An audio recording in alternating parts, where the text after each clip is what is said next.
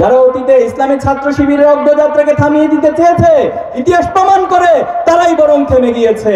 আমরা এই ঘোষণা দিয়েছি, আসলামতু লিরাব্বিল আলামিন, আমরা এক আল্লাহর কাছে আত্মসমর্পণ করি, এক আল্লাহর কাছে মাথা নত করি। দুনিয়ার কোন শক্তির কাছে আমরা পরোয়া করি না, মাথা নত করি না। বাংলাদেশে যদি ইসলামপন্থীরা ক্ষমতায় আসে, তাহলে অবশ্যই নারীদেরকে সবচেয়ে বেশি সম্মান, নিরাপদ এবং তাদেরকে তাদের অধিকারের ক্ষেত্রে সবচেয়ে বেশি গুরুত্ব দেওয়া হবে।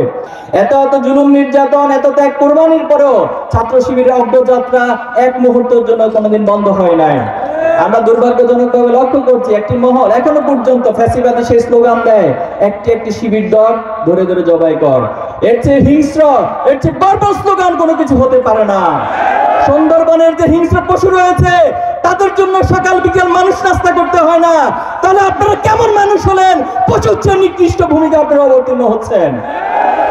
আপনাদেরকে থামার জন্য বলবো, যারা অতীতে ইসলামী ছাত্র শিবিরের অগ্রযাত্রাকে থামিয়ে দিতে চেয়েছে, ইতিহাস প্রমাণ করে তারাই বরং থেমে গিয়েছে। আমাদেরকে ভয় দেখাতে এসে শয়তান সবসময় অন্ধকারে পালিয়ে গিয়েছে। আমাদেরকে যারা নিষিদ্ধ করেছিল, তারাই বরং বাংলাদেশ থেকে নিষিদ্ধ উৎখাত হেলিকপ্টারে করে ভারতে পালিয়ে গিয়েছে। পদ্মা সেতু, মেট্রো রেল এবং এলিভেটেড এক্সপ্রেসওয়ে নির্মাণের গর্বিত অংশীদার বসুন্ধরা সিমেন্ট। এজন্য এই প্রজন্ম কোন ফ্যাসিবাদী শক্তি, কারো রক্তচক্ষু, কোন আধিপত্যবাদ, কোন সাম্রাজ্যবাদকে পরোয়া করে না। এই প্রজন্ম শুধু একমাত্র আল্লাহকে ভয় করতে জানে।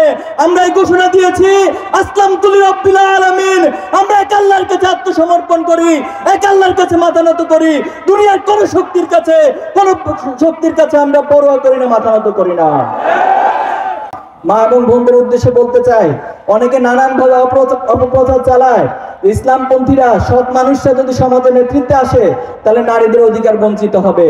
এর চেয়ে হাস্যকর, এর চেয়ে বিভ্রান্তিকর মন্তব্য আর কিছু হতে পারে না।